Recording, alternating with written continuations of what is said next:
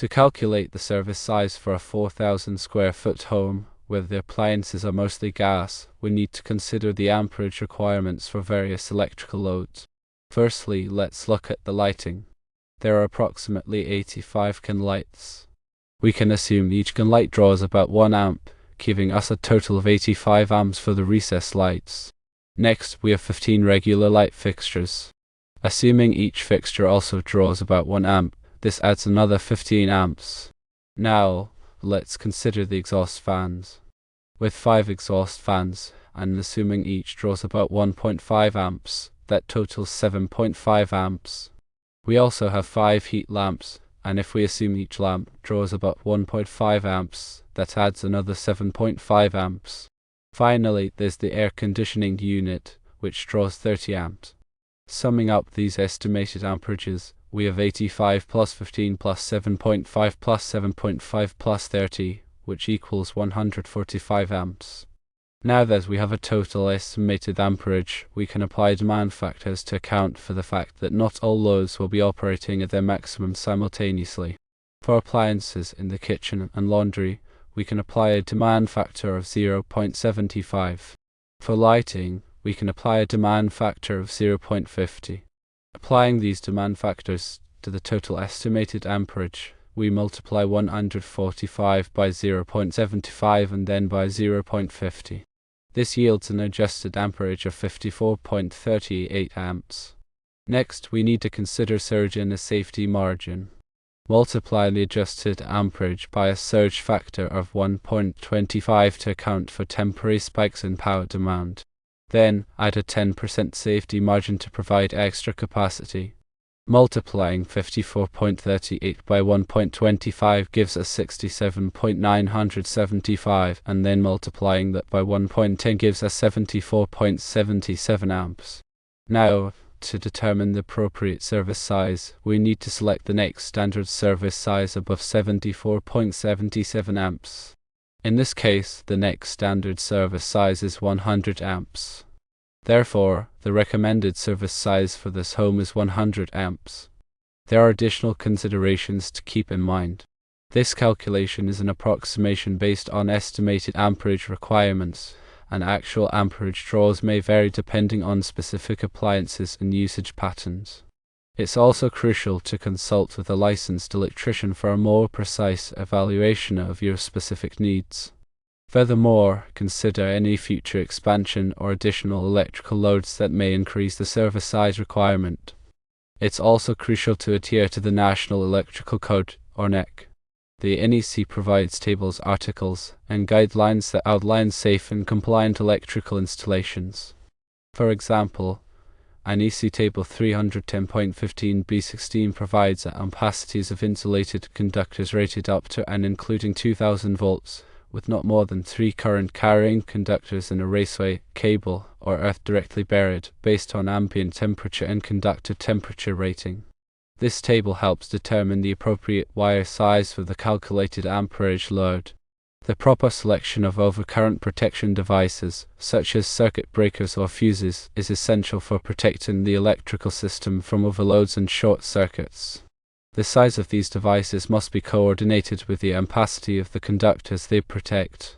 The NEC provides guidelines for selecting appropriate overcurrent protection devices based on conductor ampacity and the type of load being served. Grounding and bonding are critical for electrical safety.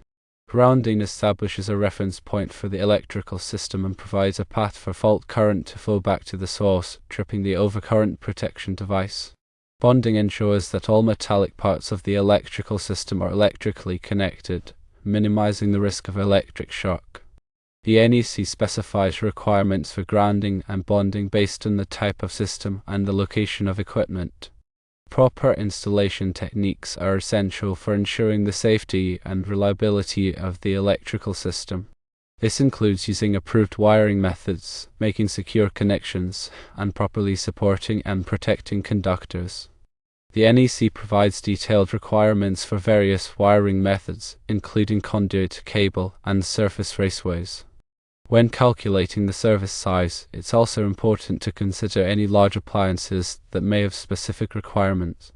For example, electric ranges, dryers, and water heaters typically require dedicated circuits and may have specific demand factors that can be applied. Consult the appliance manufacturer's instructions and the NEC for guidance on sizing circuits and overcurrent protection for these appliances. Also consider the voltage drop. Voltage drop occurs when the voltage at the load is less than the voltage at the source due to the impedance of the conductors. Excessive voltage drop can cause equipment to malfunction or operate inefficiently. The NEC recommends limiting voltage drop to 3% for branch circuits and 5% for feeders. When calculating the service size, it's important to consider the potential for future expansion.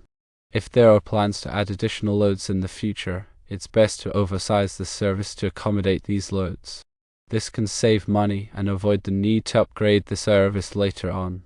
Also, local codes and regulations may have specific requirements for electrical installations. It's important to check with the local building department or electrical inspector to ensure that the installation complies with all applicable codes and regulations. The home's electrical panel serves as the distribution point for all the electrical circuits in the house. It houses the circuit breakers that protect each circuit from overloads and short circuits. When sizing the service, it's important to choose a panel with sufficient capacity to accommodate all the circuits that will be installed. The panel should also be located in an accessible location and should be properly labeled. To expand on lighting calculations, firstly consider the type of lighting. Different types of lighting have different power requirements.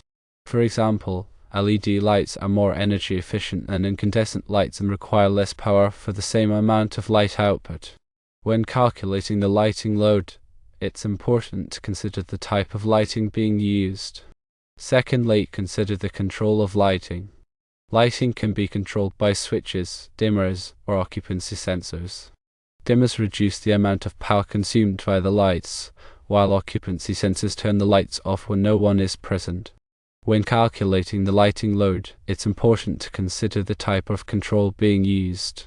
Thirdly, consider the location of lighting. The location of the lighting can also affect the power requirement. For example, outdoor lighting may require more power than indoor lighting due to the need to illuminate a larger area. When calculating the lighting load, it's important to consider the location of the lighting. Branch circuits are the circuits that supply power to individual outlets, lights, and appliances. The NEC specifies the maximum load that can be connected to a branch circuit based on the size of the conductor and the overcurrent protection device. When designing branch circuits, it's important to ensure that the load does not exceed the maximum allowed by the NEC. Feeders are the conductors that carry power from the service entrance to the branch circuit panels. The size of the feeders must be sufficient to carry the total load of all the branch circuits that they serve. When sizing feeders, it's important to consider the demand factors that can be applied to reduce the calculated load. In summary, service size calculation is not an exact science, but rather a careful estimation based on various factors and code requirements. It is crucial to consider present and future electrical needs, apply appropriate demand factors, and consult with qualified professionals to ensure a safe and reliable electrical system. Remember that electricity is dangerous and working with electrical systems should only be done by qualified professionals. Improper wiring can lead to fires, shocks, and other hazards. The information provided here is for educational purposes only and should not be used as a substitute for professional advice. For small appliance branch circuits, the NEC requires at least two 20-amp circuits for the kitchen. These circuits are intended to supply power to countertop appliances such as toasters, blenders, and coffee makers. The NEC also requires at least one 20-amp circuit for the laundry room to supply power to the washing machine and other laundry appliances. For bathroom circuits, the NEC requires at least one 20-amp circuit to supply power to the bathroom receptacles. This circuit must be protected by a ground fault circuit interrupter, or GFCI, to protect against electric shock. For outdoor circuits, the NEC requires that all outdoor receptacles be GFCI protected. This is to protect against electric shock in wet or damp locations. For heating, ventilation, and air conditioning, or HVAC, equipment, the NEC provides specific requirements for sizing circuits and overcurrent protection. The size of the circuit depends on the type of equipment and its power requirements. Consult the equipment manufacturer's instructions and the NEC for guidance on sizing circuits and overcurrent protection for HVAC equipment. Electric vehicle, or EV, charging is becoming increasingly popular, and the NEC provides specific requirements for installing EV charging equipment. The size of the circuit depends on the charging level and the power requirements of the EV. Consult the equipment manufacturer's instructions and the NEC for guidance on sizing circuits and overcurrent protection for EV charging equipment. Standby generators provide backup power in the event of a power outage. The NEC provides specific requirements for installing standby generators, including requirements for transfer switches, grounding, and overcurrent protection. Consider the type of occupancy. The type of occupancy can also affect the electrical load. For example, a commercial building will typically have a higher electrical load than a residential building. When calculating the service size, it's important to consider the type of occupancy. Electric space heaters are energy-intensive appliances and can significantly increase the electrical load. Avoid using electric space heaters if possible, or use them sparingly. If electric space heaters are necessary, choose models that are energy efficient and have safety features such as automatic shutoff. Lighting control systems can help reduce energy consumption and lower the electrical load. These systems use sensors and timers to automatically turn lights on and off based on occupancy and time of day. Install energy-efficient appliances such as refrigerators, washing machines, and dishwashers. Energy-efficient appliances use less electricity and can help reduce the electrical load. Regular maintenance of the electrical system can help prevent problems and ensure that it is operating efficiently. This includes checking for loose connections, damaged wiring, and corroded contacts. A qualified electrician can perform a thorough inspection of the electrical system and recommend any necessary repairs or upgrades. The National Electrical Code, or NEC, Article 220 provides detailed calculation methods for determining the minimum required service capacity for a building. Article 220 covers general lighting loads, receptacle loads, appliance loads, motor loads, and other types of electrical loads. It also provides demand factors that can be applied to reduce the calculated load based on the type of occupancy and the diversity of loads. NEC Table 220.42 provides demand factors for general lighting loads in dwelling units. These demand factors are based on the floor area of the dwelling and the type of lighting being used. NEC Table 220.44 provides demand factors for appliance loads in dwelling units. These demand factors are based on the number of appliances and the type of appliances. NEC Article 430 provides requirements for motor circuits and motor loads. This article covers the sizing of conductors, overcurrent protection, and control equipment for motors. It also provides requirements for motor starters, overload protection, and disconnecting means. Consider future technologies. As technology advances, new electrical loads may emerge. For example, electric vehicles are becoming increasingly popular, and they require significant electrical capacity for charging. When calculating the service size, it's important to consider the potential for future technologies and plan accordingly. A load calculation worksheet can be used to organize the load calculation process and ensure that all loads are properly accounted for. The worksheet should include spaces for listing all the electrical loads, their corresponding demand factors, and the calculated load for each load. Consider the peak demand. The peak demand is the maximum amount of power that is used at any one time. The service size should be large enough to accommodate the peak demand. A demand meter can be used to measure the peak demand over a period of time. Consider the power factor. The power factor is a measure of how efficiently electrical power is being used. A low power factor can increase the electrical load and reduce the capacity of the electrical system. Power factor correction equipment can be used to improve the power factor and reduce the electrical load. Consider harmonics. Harmonics are distortions in the electrical waveform that can cause problems with electrical equipment. Harmonic filters can be used to reduce harmonics and improve the performance of the electrical system. Consider the reliability of the power supply. If the power supply is unreliable, it may be necessary to install a backup power system such as a generator or uninterruptible power supply or UPS. Consider the environmental conditions.